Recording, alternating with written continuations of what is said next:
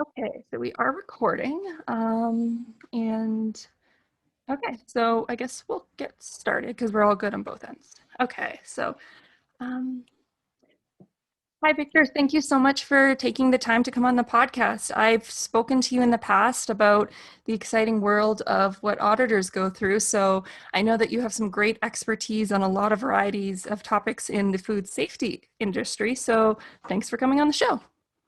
It's my pleasure. So why don't we just start by getting a good background on you so our guests can know about you. You have a long path in food safety. So could you give me a brief background on what your career path looked like? Sure. When I graduated in 1983 with a degree in biochemistry from the University of Toronto, and then went back to do another degree in microbiology. And so I started entering the food industry in 1986. It started off with Nabisco's corporate lab um, as a microbiologist, but immediately almost went into the food safety area. And then through my background in different sorts of venues, sort of food ingredients, pharmaceuticals, biomedicals, gained some industry experience in actually implementing food safety systems. And then what happened in 1995 was I joined a global company, SGS, Société Générale de Surveillance, and they're based in Switzerland, in Geneva. And I started with them as to run the food lab, but very quickly thereafter, I said, we need to move into HACCP. We need to move into food safety. So I joined a team of 8. They chose 8 people globally to start off their food safety system, train all their teams globally. So we went to Virginia. Actually, we did our FDA training in Virginia. We did course training and course writing in the UK and in Switzerland and Geneva. And so after that, basically what we did was travel the world, training companies and training SGS offices in how to do food safety and HACCP. And then we switched from that we elevated from that into the Global Food Safety Initiative type programs when they came out, starting with BRC and then moving into SQF and then FSSC.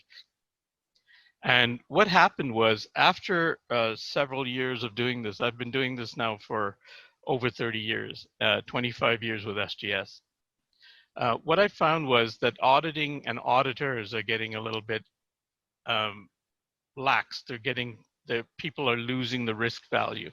So I ended up writing a new approach, not a new certification, but a new approach that focuses in on risk assessment and focuses in on targeting resources to risk and giving companies value in avoiding recall rather than just filling out a checklist. And it gives customers a really reliable source of information. Now, my new venture, or my legacy venture really, is to train young people, the next generation of food safety auditors, and to illustrate to them what kind of career is ahead of them in food safety, whether it be in industry implementing or whether it be with certification bodies, auditing and certifying. Both are very lucrative careers, and a lot of people don't know about them yet. So this is my goal, is to educate people through training, through e-guides, through podcasts such as this one, to move forward in this career and really learn the proper way to train and audit and implement food, cannabis, logistics, animal feed safety systems. Wow, that is amazing. It sounds like for someone who's familiar with SGS, to me, they've always just been there as being that that food safety. Like I think of them and I think of the food safety. So for you to have been through that transition to start going around and training within their departments, that's a pretty big thing to me, at least. So, wow. And as well, I think that your goals are really admirable, and I'd like to break that down a little more because you had mentioned that auditors are becoming a little lax and about I believe you said the risk management. I kind of, in the resources, I wanted to dive a little bit more and try to address why do you think that people are seeing that? And can you explain more about what that means? Yes. I mean, the approach that I developed is called risk optimization.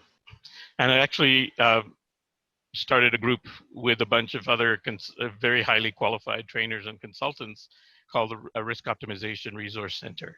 So what we do is we actually focus in on techniques that aren't usually trained properly, which is the how-to of risk management and the how-to of food safety systems or feed safety or cannabis safety systems.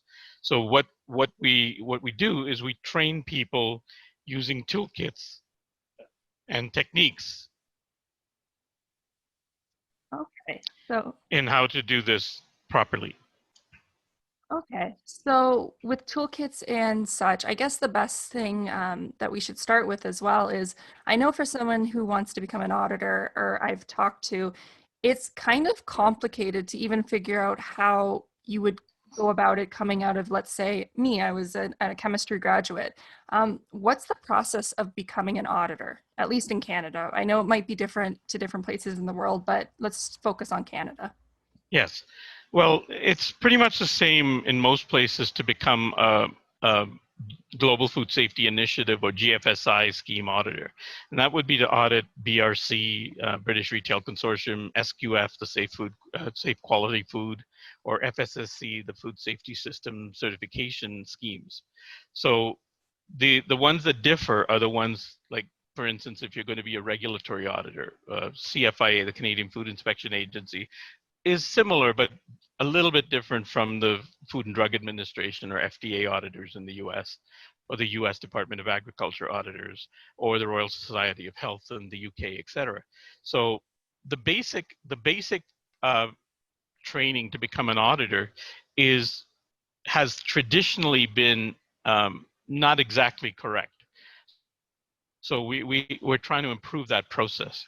So the basic training right now for auditors, for certification audits, is to, first of all, have a degree or a diploma in some cases, and then to move ahead to experience in the industry, and then actually as an apprentice auditor, that counts as experience in the industry as well. And then to move into managerial roles, either QA management, quality assurance management, or into food safety certification management, etc. And that will be the difference between a regular auditor and a lead auditor, or an audit manager. So there's a big progression, but there's also a different side of this that is very, very lucrative, and a lot of people don't really know about it. And that's what I'm trying to develop, which is consultancy auditing and training and implementing assistance. So what we do with that is we actually train people to become valuable consultants, not just consultants who don't really know what they're doing, but properly trained with the toolkits, with the techniques, the advanced techniques, to allow a company to not only find their risks better, but also to allocate their resources properly to the level of control they have over the risk. And what that does is it increases the efficiency of the system, and it increases the actual effectiveness of the program, the risk control program. And that's, so managers in the industry love it. You know, you do better on certification audits, and this is a career that a lot of companies can use. So this is a career path that a lot of individuals can get into without having to go through the structured rigor of the certification auditor. So both those paths are open and very lucrative careers. Wow. So okay. I'm just breaking down. So with the as working as a consultant, you're helping to consult the consultants, but you're not treating it as, because I know some people might just start a consultancy business, at least from they just choose to do so because they've had experience and such in the field. But it sounds as though you're really backing it up with that experience, and you're creating tools for newcomers who can do this, but not just they come out of school and then now all of a sudden they're being this consultant, but you're giving them the stronger tools that they can show expertise. Exactly. Because the difference is that, as I said, the traditional path has been just academic, really, and industry experience and things like that. For instance, you could be qualified as an auditor even if you've done 20 inferior audits, you know. So that's the problem with the industry today. So what we're trying to do with this joint venture that I have with FoodGrads is to actually move into those areas and address those areas with newcomers into the field, as well as people who want to change careers and get into this field. Give them the tools to do what auditors don't do well right now. So what they don't do well right now is have techniques that keep them consistent. So we give them the toolkits that will help them be very consistent in their approach. It's not like filling out a checklist. It's actually teaching them the techniques. It's a difference between just saying, okay, here's a checklist, here's how you drive a car. Okay, this is how you drive a Honda Civic. Okay, and it gives you the manual and everything to do with that.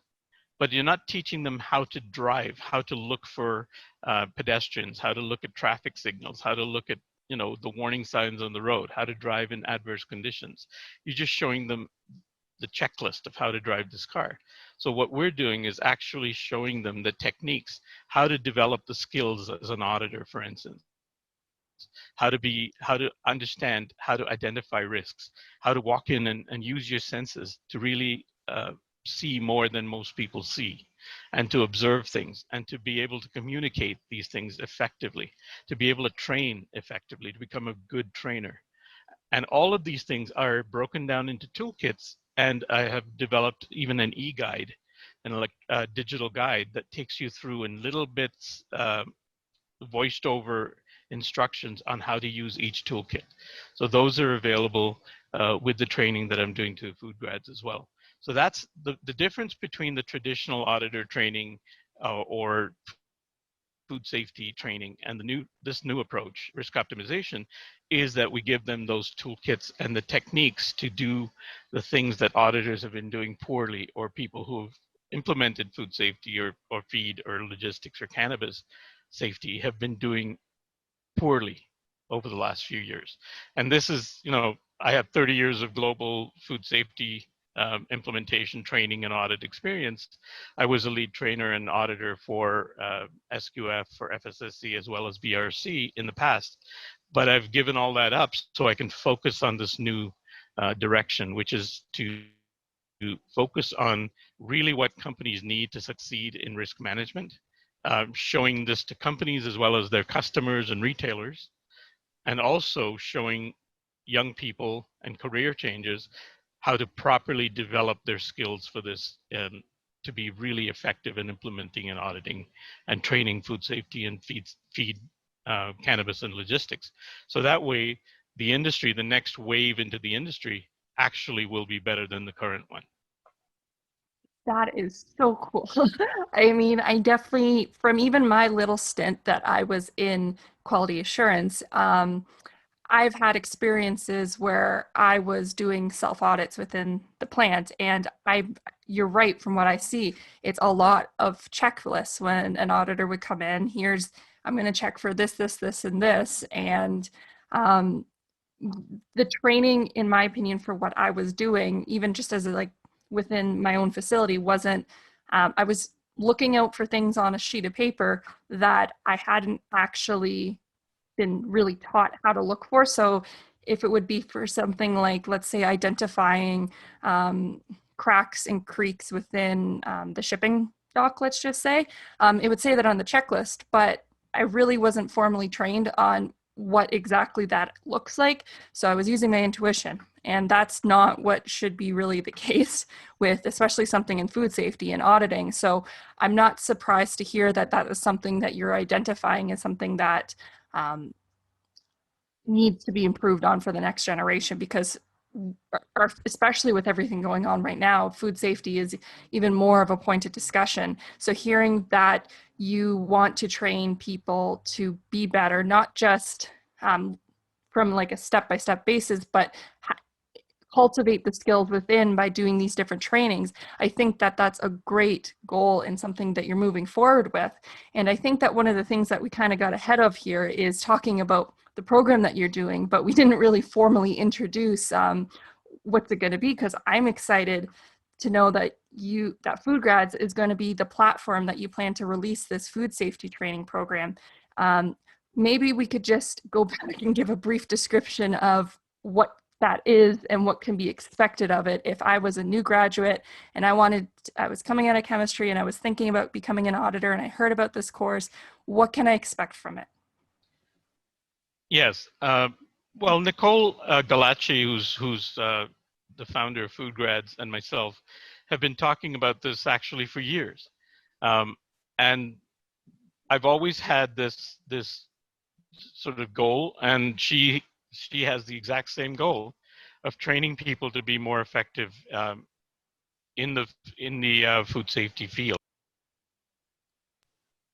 So one of the ways we are going to do this is by introducing a series of levels of training to get you up to speed, a level 1, level 2, level 3 training to get you into different levels of qualification to be an intro level food safety implementer or feed. When I say food safety, you can take it to mean food, feed, cannabis, or logistics, any one of those. So when you get into that field, you need to have some basic training. So there's one training course that we offer that will be providing that training and the basic toolkits to do this. And then we have what's called a lead implementer training, which is a bridge training for new grads as well as for career changers. And this is a very intensive look at not just the basics. It's not going back to the stuff you learned in college or university. What is a biological hazard? What is a CCP, et cetera. We will redefine, and in fact, you will learn that some of the terms that have been taught in the past have not been taught correctly. So what we teach them is how to actually develop those skills to get into different levels of implementing the program. So that's called a lead implementer bridge training. So that's offered as well. And the very important sidebar that goes with this is that we will be publishing an e-guide to each industry this fall and this winter.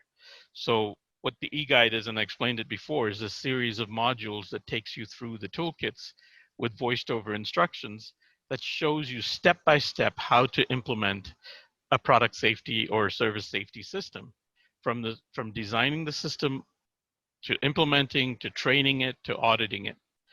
All of that is in little bits, snippets, if you will, modules that you can follow using the toolkits and audio. Because what we find very important is that the way people are training is poor right now, is ineffective. So I've changed the dynamic of training, and part of my background has been learning how to train the trainer. So part of the training is also to teach you to become an effective trainer. So what we do is not use heavy manuals that nobody reads.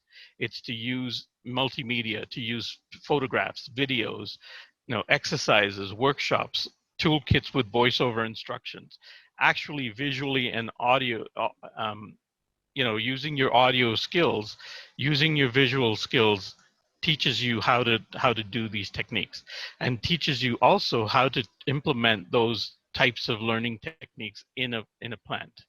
For instance, taking videos of procedures instead of putting them in manuals. So those are the kinds of things that will be included in the training, and it's divided up into four main modules plus an executive management module. So the four main modules are advanced risk assessment, control validation, hazard analysis, etc. So those would be that first identification component. That's extremely important. And it uses a specific approach called risk optimization. And there's a tool that goes with it. It's called the risk optimization calculator. So it goes with that. Then the second part is supply chain monitoring and management, which shows you how to manage the vendors according to risk levels and control tiers and effectively manage the resources. Then the third one is effective corrective action and root cause analysis and closure of corrective actions with evidence. And then the last module, extremely important, and one of the most overlooked modules in the industry, is internal auditing, preparing, planning, operationalizing, performing, following up, and closing out an effective, solid internal audit program. And I don't mean a single audit, I mean a program that's actually operationalized to make it function. So all of these are taught in a way that management of industry, management of certification bodies, management of regulatory bodies, they can all see the value in this. And most of all, the customers and the consumers benefit because they can get a really good handle on the fact that their vendors or their suppliers are actually focusing on the risk rather than just putting up a piece of paper, which is the way it is now. So we're addressing all the weak points in the current system, and we're putting them in a way that can be effectively uptaken in learning. So that's and the value of FoodGrads is they connect, their whole mission is connecting grads or career changers with industry. So this type of program bridges it beautifully in that it teaches them how to hit the ground running. So one of the things we offer is when we do this training, the last stage of the training is actually showing people who attend the training how to develop a different sort of resume, if you will. Traditionally, the resumes have been, you know, here are my courses, here's my degree, here's what I did in the summers, here's what I've done in the past, etc. Managers see these by the hundreds when they're hiring people. What we show them how to do is use something called a master planning toolkit that basically shows them, go to a company website, pick one of their products, use this toolkit, it'll show you how to build a framework for a product safety program around this product. And you submit that along with your credentials to a company. And that, we feel, will make you much more desirable as an employee. Wow. That is so cool. Like, I mean, there's so many different things to break down with that in terms of the first, you know, you're actually teaching how to systematically think about how to assess risks in that. And that, you know, that's valuable in itself from going into food safety period. But then also it really sounds like you're tailoring it to make people stand out with the resume, because the point that you just made at the very end, to be able to create this schematic and show, like even showing an example of work on your resume, that's going to stand out. But if a manager's looking for these keywords, like if for example, let's say again, I'm coming out of my chemistry degree and I talk about my coursework, there's not really much for me to stand out in terms of what I've done, because I've focused on just like my laboratory techniques. I can pipette, I can titrate.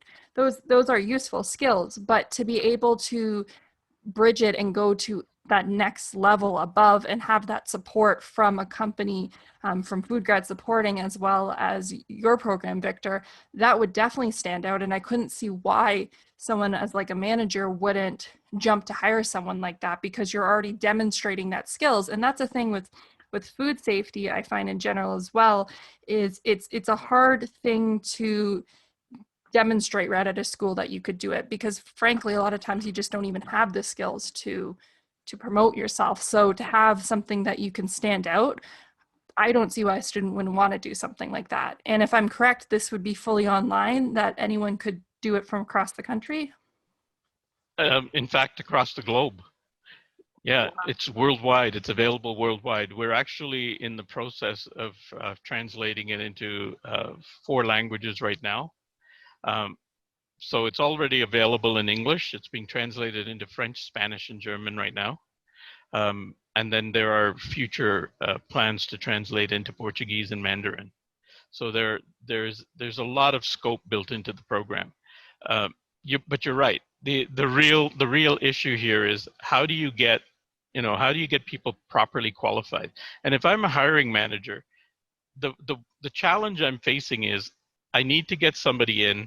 I can't afford to pay very experienced people, and even if I do, they come in with preconceived ideas that don't really work for my company. So they haven't been effective in the past. They've just learned how to fill out checklists, as you said.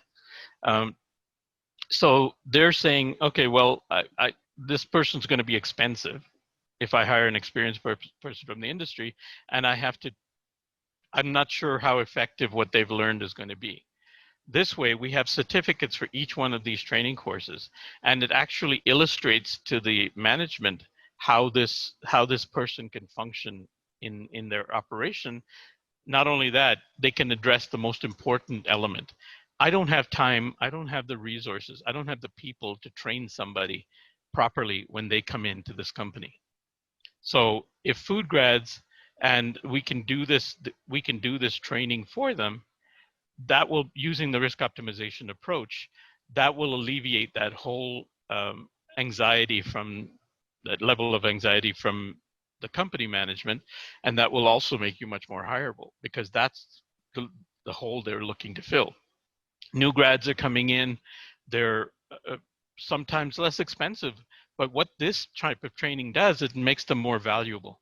So they're not going to undercut you as much as they would somebody coming in with no experience or no demonstrable skills. So this way, they can come in and show the company how they can do things. They can actually instruct the company on how to change their program. And we've piloted this in the past in many countries, including Canada, and it's worked really well. Wow. Yeah, no, it sounds like something that would be, I'm not surprised to hear that there's been success with it because, like you said, I know with new hires, one of the big things is, um, it can be expensive to hire someone that's a more senior level, but they do want to have someone with experience that can help them right out of the gate because learning in itself, even when you come to a new company, taking the time to actually learn about what they're doing, that takes time. But to then throw on the food safety on top of that, that it's just a lot of time and it costs a lot for the company. So if you could come in already having that strong background, showing proof that you've done it, and that would definitely make you more desirable and stand out. So Yeah, and in addition to that, you're coming in with a fresh approach that they haven't seen before, and you're coming in with toolkits that will actually help them more effectively manage their resources and manage their money. So you're showing them with these toolkits, and you're taking sort of a leadership role right off the bat, which they really value. Of course, and it depends on the company culture, but most good companies value people who can provide valuable input. Like Steve Jobs said, you don't hire good people and tell them what to do. You hire good people and let them tell you what to do. So what they're looking for is not so much people who are experienced as people who can help them. So there's a big difference in how you market yourself as a new grad or a career changer, because you're not going to have the type of experience they perceive in their head. But there's a difference between, do I have experience or do I have techniques and toolkits that can really help you? So that the experience can be, you're going to learn their management system, their culture, their processes anyway. That's part of your learning in that company. So what they're looking for is, what can you bring to us that we don't already have? And that's where these toolkits and this risk optimization approach of training, implementation, modules, learning, what we call adult learning format training, and experienced auditing, experience in corrective action. All of that stuff is targeted to teach people to train on what industry really needs to implement food safety or product safety properly, and how to show that to your customers and regulators. That's what this whole program is about. And that's another part of the toolkits. It also shows companies how to demonstrate what they're doing in a very concise way using a toolkit to their customers and the retailers, regulators, etc. So that's part of what these people will bring into the company as well. So that's the value. The value difference here is not, do you have arbitrary experience in the industry? Do you have experience in food safety? Well, you might have experience in it, but it might be the wrong kind of experience. So this will show you, this is a whole new approach.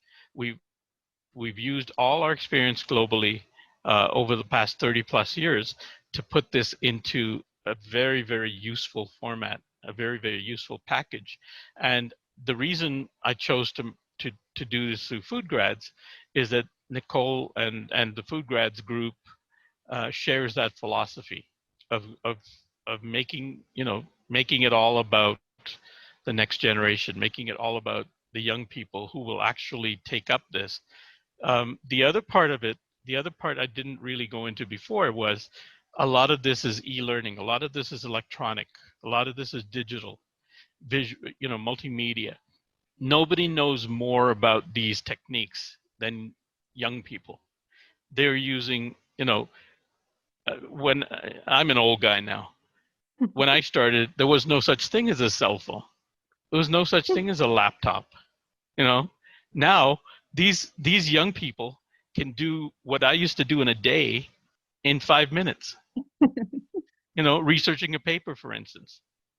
You know, Yeah. there was none of that available to us. So the young, what young people should not underestimate is their value, the value that they bring to the table in these skills, these soft skills, being able to type on a keyboard really fast, being able to type on a cell phone very fast, being able to actually access information online very quickly, to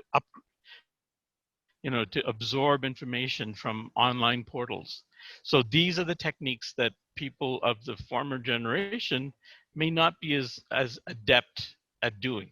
So this is another aspect that young people need to push. It's interesting that you put it like that, because I think that a lot of young people, I'm going to put myself in that category. I'm on the cusp of, I think you call them Gen Z now, but then maybe me saying that doesn't make me one.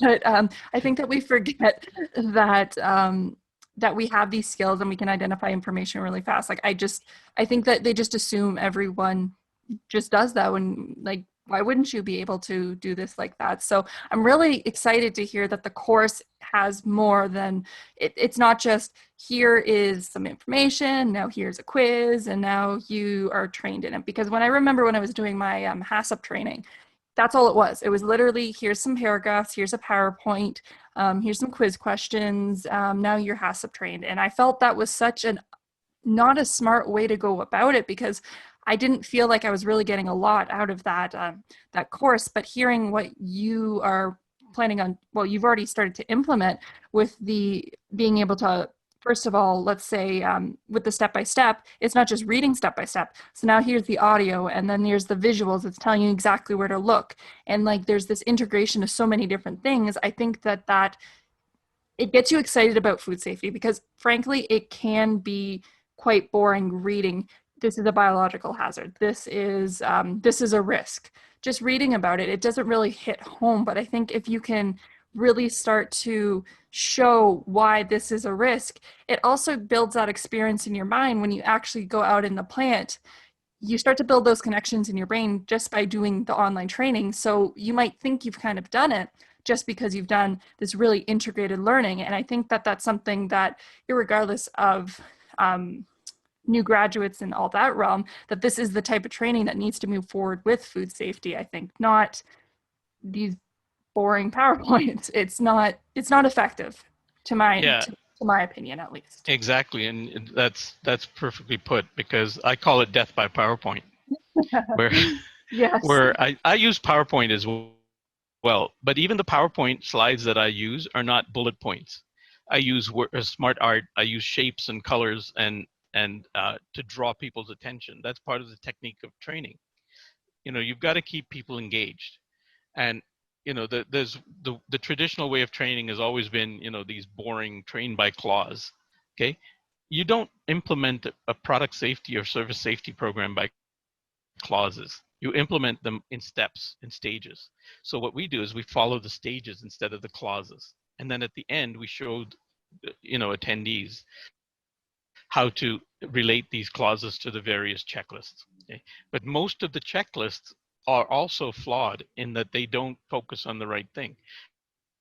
And what's happening now is people are realizing, big customers are people who are buying are realizing that they're not getting the same risk value because from the GFSI checklist, from the HACCP checklist, the traditional certification bodies, because they don't have the time and they don't train their auditors properly.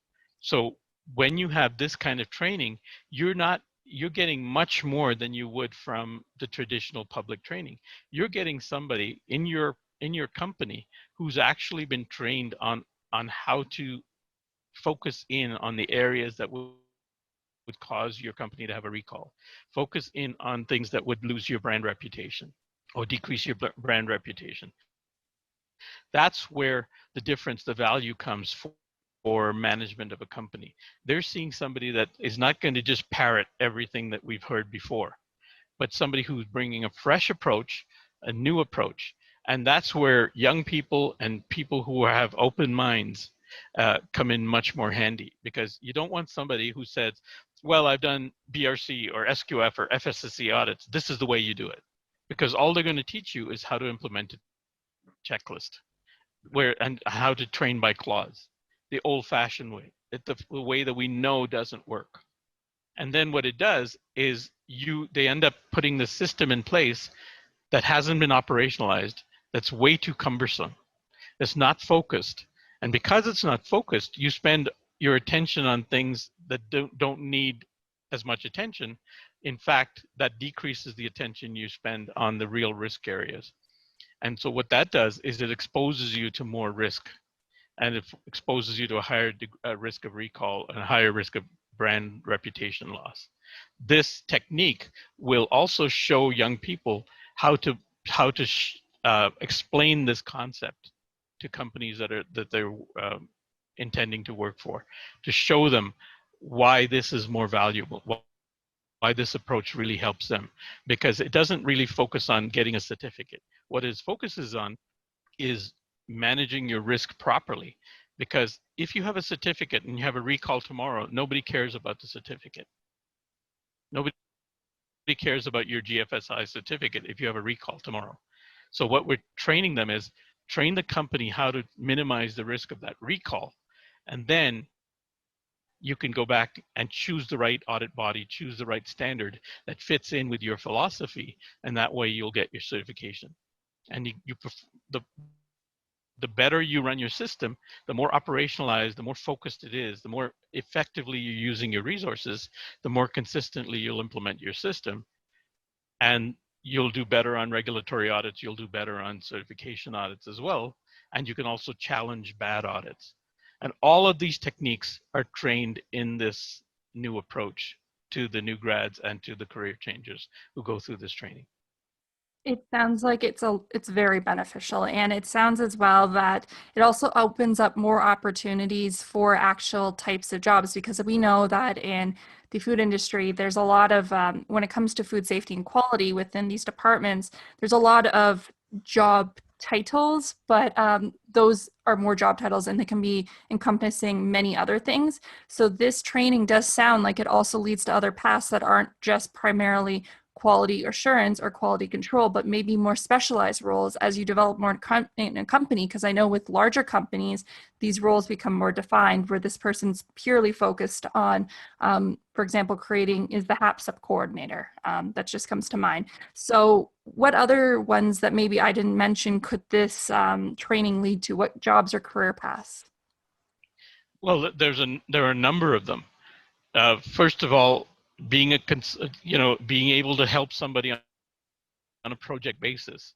So if you're new and they can't afford to hire you full time, you may be able to make a career almost as a consultant does, using contracts to implement or train a company in these new techniques.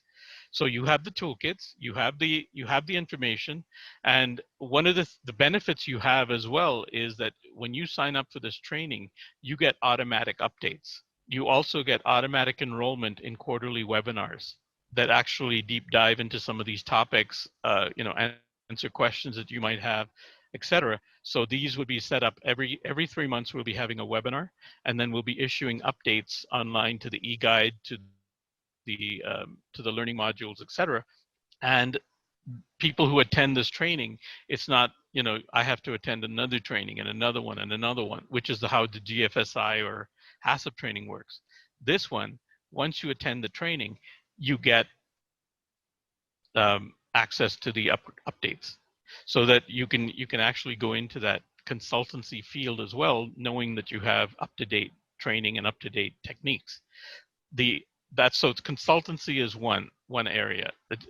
Assisting a company in implementing or training their employees.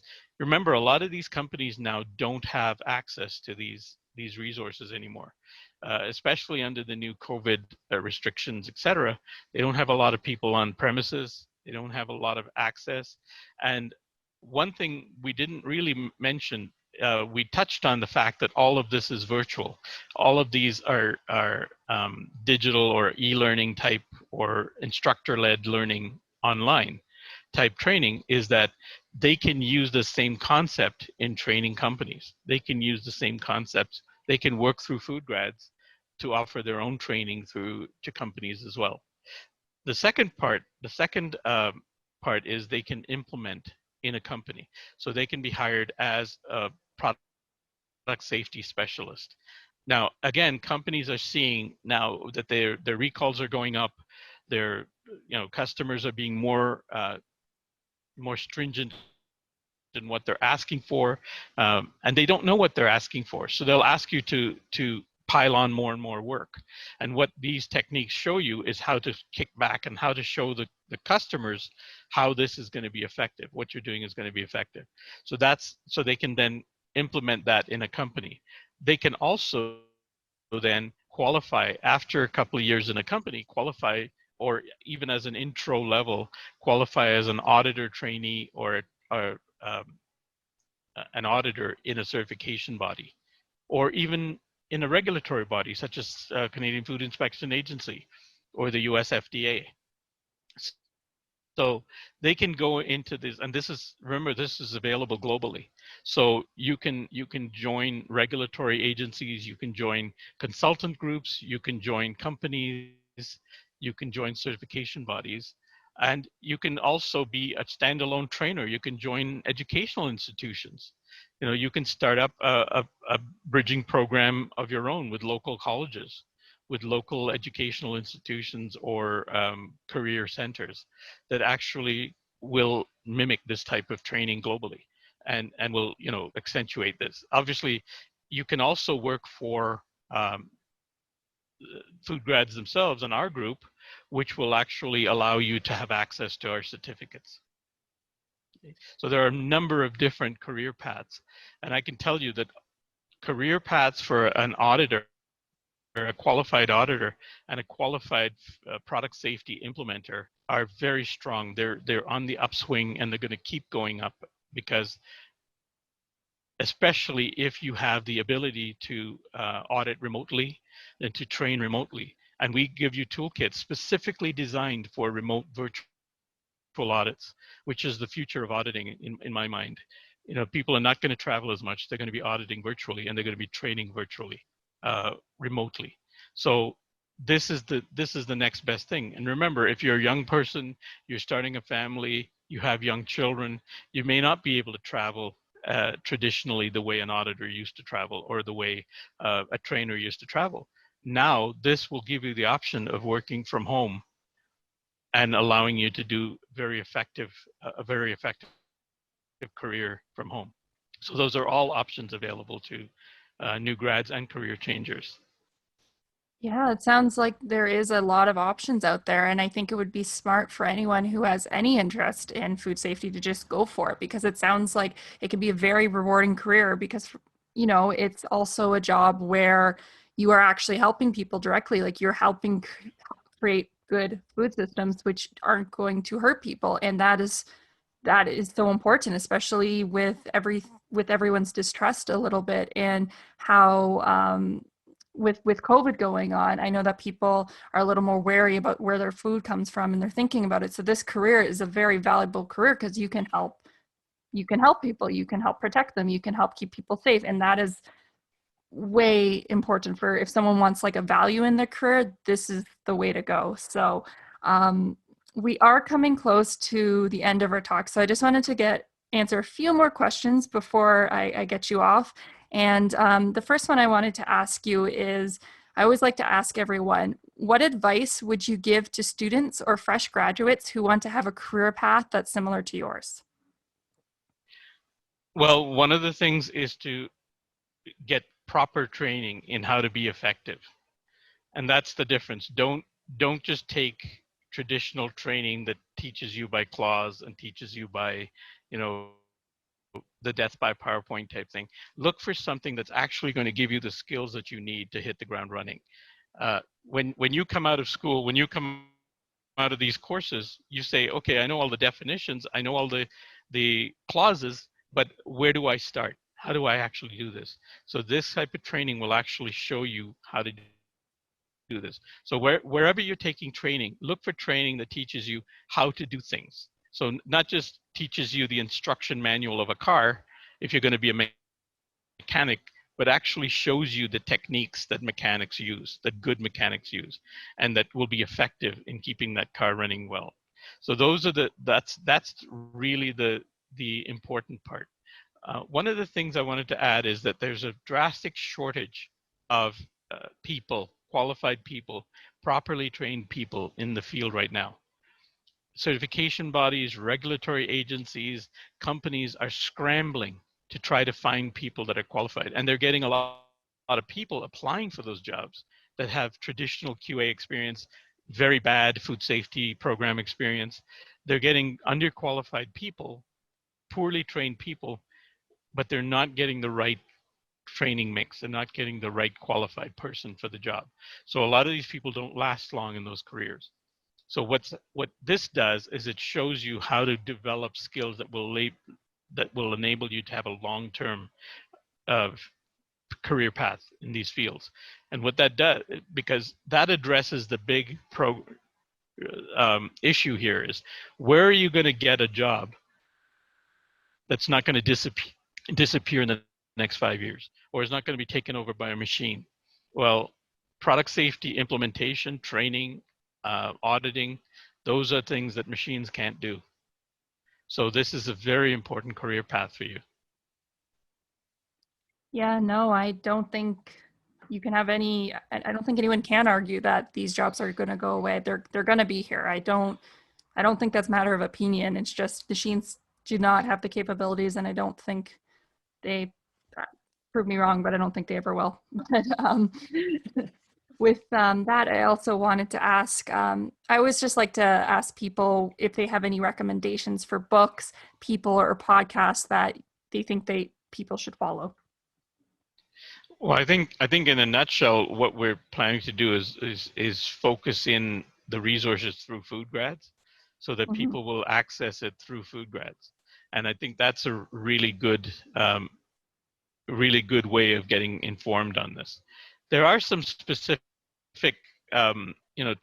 resources and tools that we bring up in the training, but most of the questions people should ask is when they're looking at a podcast, or they're looking at a webinar, or they're looking at a training program, is what can you teach me that I can't learn from just looking at a book?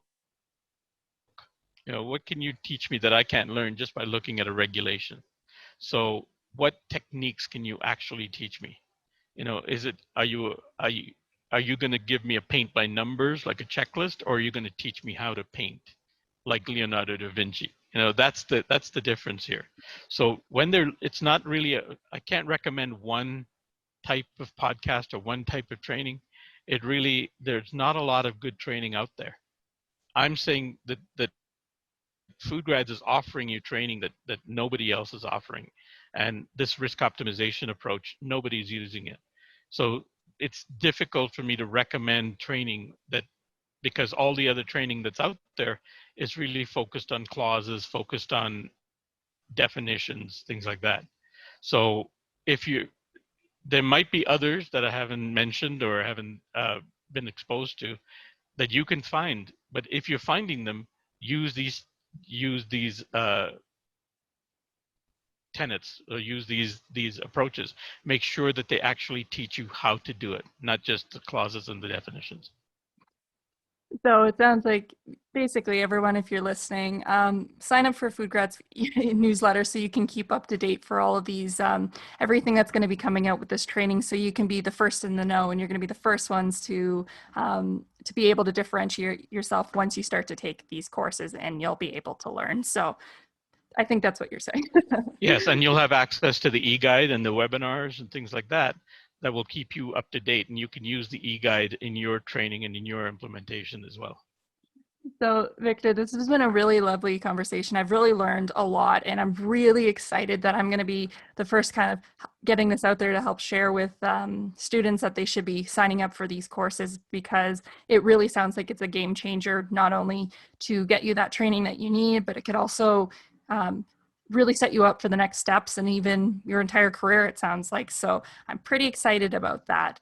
And I wanted to just ask, if people wanted to reach out to you, where would they be able to find you? They can either find me through FoodGrads, through linking to me through FoodGrads, or they can contact me directly at victor.muliyil@outlook.com.